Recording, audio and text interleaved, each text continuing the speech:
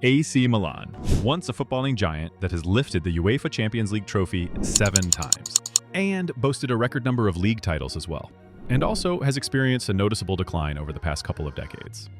At the current moment, if you look at AC Milan, the decline has been massive, to the point where it feels like this Milan team isn't even ready to compete at the top level in Italy. I know, don't shoot the messenger yet. This year, they finished 8th in Serie A, marking a new low. However, hopes are cautiously rising among fans. Why? Because Massimiliano Allegri is set for his second stint as manager of AC Milan, offering a glimmer of hope that the Rossoneri can climb back to former glory. Welcome to another episode here at No Ball IQ. We have a lot of things to discuss, so stick around and let's get going with the video. All right, we're going to pause it here because this video ended up being way longer than planned. So yeah, this is part 1, diving straight into the boardroom drama, the transfer mess, and the summer exits. If you're still with me, part 2, we dive into Milan's areas to strengthen and what Max Allegri is planning tactically that might make AC Milan the champion again. Let's discuss more about Milan's domestic decline, which has been apparent since the mid-2000s. Yes, they famously won the Champions League in 2007, but on the domestic front, their performance had already been slipping. The club went without a Scudetto from 2004 until Allegri's first season in charge in the 2010-2011 season. When he led Milan to the Serie A title in his debut campaign as manager, that 2010-11 title was Milan's first league triumph in 7 years, achieved with a squad full of legendary names. In goal was Christian Abbiati. In defense, they still had an aging Alessandro Nesta, 34 at the time, paired with a young Thiago Silva. In the midfield, they featured icons like Andrea Pirlo, Gennaro Gattuso, and Massimo Ambrosini. In attack, they were rocking Ronaldinho, Zlatan Ibrahimovic, a 21-year-old Alexander Pato, and even an 18-year-old Simone Verdi. In short, that team was filled with talent. Allegri's Milan won the Scudetto in 2010-11 and the Italian Super Cup in 2011. However, problems began to surface soon after that brief resurgence. A lot of mismanagement set in at the club. So what went wrong for AC Milan that led to such a surprising downfall? The first mistake was failing to properly replace their aging superstars. As the club legends grew older and retired or moved on, Milan did not adequately replace them with quality signings. There was a lack of proper long-term planning, and the management didn't bring in suitable successors for those veterans. On top of that, due to cost-cutting measures, Milan ended up selling some of their talented players and could not sign long-term replacements for the departed legends. Essentially, year after year, bad signing after bad signing, and a failure to compete consistently at the top level. This decline continued for a long time. AC Milan went many years without even qualifying for the Champions League. It wasn't until Stefano Pioli's tenure that Milan finally saw a resurgence, winning the 2021-22 Serie A title, their first Scudetto in more than a decade. But aside from that bright spot, the years of mediocrity took a toll on the club's standing. And in domestic cup competitions, the situation was even worse. The last time AC Milan won the Copa Italia was way back in 2002-2003.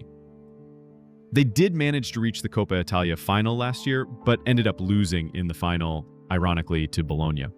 These statistics underline how far the Rossoneri had fallen from their glorious peak. Fast forward to the present, Milan just finished 8th in the league, a hugely disappointing result that leaves them outside of European competition. The team clearly needs big changes in the squad and their style of play.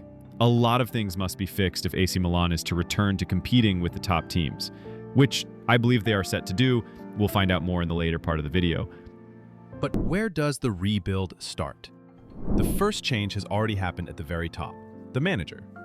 Thankfully for Milanistas, Massimiliano Allegri has returned for a second stint as Milan's head coach. Many fans remember that during Allegri's first stint, 2010 to 2014, he brought success, including that 2011 Scudetto. Allegri is known for his pragmatic, defensive style of football and his ability to grind out results. Given Milan's tradition of strong defensive football, having Allegri, who is a master of organized defensive tactics, back at the helm gives a lot of hope. There's a feeling that under Allegri's disciplined approach, Milan might regain their old winning identity and grit on the pitch. Of course, Allegri alone cannot fix everything. But securing a proven manager who understands the club is a solid first step in the rebuild. The big question now is, what tactics will Allegri deploy with this Milan squad? Typically, Allegri has favored a 4-3-3 formation, and at times used a back three system in his Juventus days.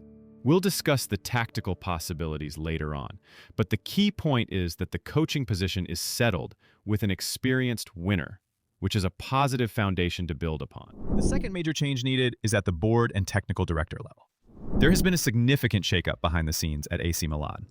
Longtime club legend Paolo Maldini, who was serving as technical director, is no longer with the club as of the summer of 2023. Let's recap what happened there, because it's a crucial part of the Milan rebuild story. Under the Elliott management ownership, Paolo Maldini initially started in 2019 as the club's sporting director. In Italian football clubs, the sporting director is actually a slightly lower role, with the technical director above it. Maldini was eventually promoted to technical director when Gary Cardinale's Redbird Capital took over as the new owners. Cardinale and Maldini did not see eye to eye on the club's direction. Maldini had a vision of pushing the club forward in a particular way. He wanted to bring in some experienced players, guys who have already proven themselves and understand what it means to be a Milanista. Players with character and a winning mentality to guide the team. Cardinale, on the other hand, favored a more modern, cost-conscious, and data-driven approach, focusing on scouting younger players who could be developed and possibly have resale value, keeping wages and fees under control. Now, let's be clear, Cardinale's approach isn't wrong in principle. Many clubs are adopting data-driven, sustainable models. But when it comes to AC Milan, Paolo Maldini is not just any technical director. He's a club icon and widely respected. So this difference in philosophy led to a power struggle. Fans, of course, were largely backing Maldini. After all, he's Mr. AC Milan. Matters came to a head after Milan were knocked out in the Champions League 2023. Maldini made some public comments after the elimination, expressing his views on what the club needed. Those comments didn't sit well with Cardinale. Ultimately, Cardinale made the bold decision to sack Paolo Maldini in June 2023. This move shocked and upset a lot of fans. It's important to remember that Maldini had played a huge role in Milan's recent success. He was instrumental in signing some brilliant players over the last few years, the likes of Fikayo Tomori, Mike Maignan, João Hernandez, Pierre Kalulu, Rafael Leao, and Olivier Giroud, among others. These players were key in delivering the 2022 Scudetto and making Milan competitive again. So, removing Maldini was seen as a major gamble by the ownership. After Maldini's exit, Cardinale restructured the management. Jeffrey Moncada, who had been the chief scout, was elevated and essentially put in charge of the sporting area. And just this year, in May 2024, Milan hired a new technical director, Igli Tare. Tare is a respected name in Italian football management. He spent 15 years as the sporting director at Lazio, earning a reputation for astute signings and operating on a limited budget. With the manager and boardroom changes in motion, the third area Milan must address is the squad itself, the on-pitch issues. Last season, Milan had all sorts of problems on the field, especially in defense. They used multiple combinations of center backs, sometimes even playing players out of position. Also, at one point, they bizarrely tried using a defender like Malik Thiaw as a right back. The team, known historically for rock-solid defending, became alarmingly prone to conceding goals. So fixing those defensive blunders is a top priority. Along with that, Milan needs to build a more cohesive unit on the pitch, rekindling that classic Milan identity and fighting spirit that seemed missing. There's a certain grit and pride that comes with being a Milanista, and the current squad needs to rediscover that. Beyond tactical fixes, Milan also has to deal with contract renewals and smart signings, essentially squad restructuring. So, having said that, let's break down the key aspects of the squad rebuild. Milan has a few crucial players nearing the end of their contracts, and the club must act fast to renew them and keep the core intact. The prime example is goalkeeper Mike Maignan. Maignan has been nothing short of a savior for Milan in recent seasons. He's arguably one of the best keepers in Europe and has become a leader in the squad. His contract, however, expires in 2026. Recently, there were rumors of Chelsea coming in with an offer of around 50 million euros for Maignan. And shockingly, Milan management seemed open to negotiating. Fans were understandably alarmed by the idea of selling such a key player. In the end, it was Maignan himself who shut down the speculation by making it clear he wanted to stay at Milan. This puts the onus on the board now. Extend Maignan's contract on improved terms and show him that he's valued. You simply cannot afford to lose a goalkeeper of his caliber if you have ambitions to get back to the top. Two other young defensive players need attention, Malik Thiaw and Pierre Kalulu, as well as Theo Hernandez, though Theo's situation is a bit different, as we'll discuss. Thiaw and Kalulu have contracts until 2027.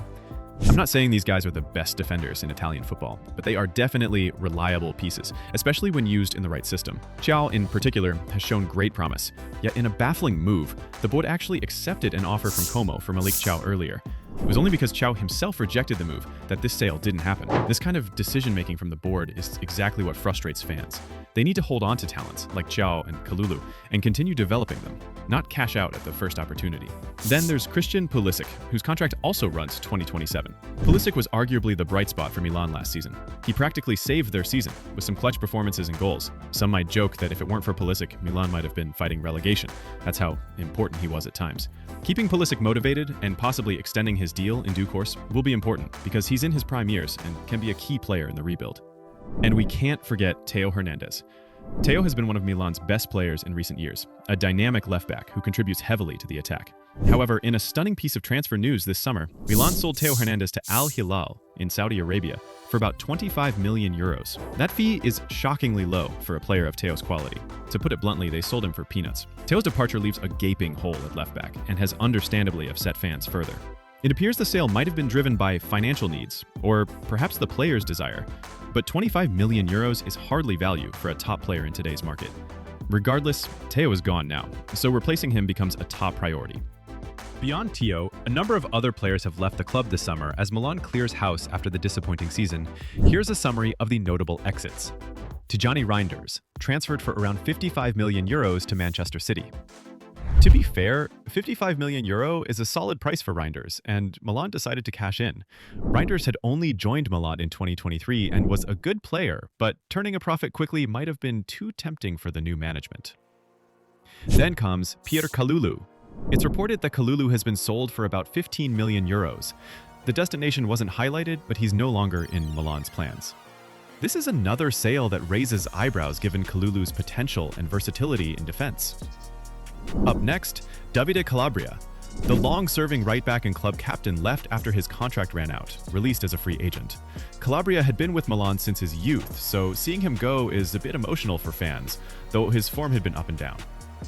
And last but not least, Tammy Abraham, returned to his parent club, or left after a loan spell.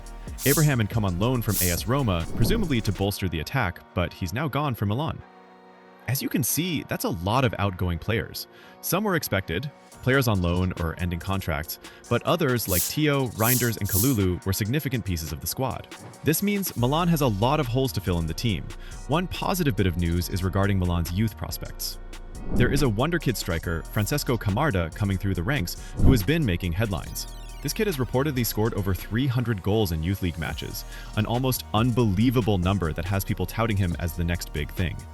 Camarda is one of Milan's prized academy assets. However, he's still very young, only 18 or so, and I personally believe that he's not ready for the Milan first team yet. The club made a wise decision to loan Camarda out to Lecce for the coming season. At Lecce, a smaller Serie A side, he'll likely get some playing time and experience without the pressure cooker of the San Siro. It's a good move for his development because had he stayed at Milan, he probably wouldn't play much, and that could stall his progress. In addition, several players who were previously out on loan are now returning to Milan's squad. These include Yassine Adli, Tommaso Pobega, Alexis Salemakers, and Noah Okafor. We'll have to see how many of these returning loanees will fit into Allegri's plans. Early reports suggest that Pobega might be sold. Bologna have shown interest with an offer around 8 to 9 million euros, which Milan seems willing to accept. Others, like Adli or Salemakers, could either be reintegrated or sold, depending on what Allegri and the directors decide. Thanks for watching this far. Seriously. Drop a like if you're enjoying the breakdown, and let me know in the comments if you're heading to part 2 right after this. See you there.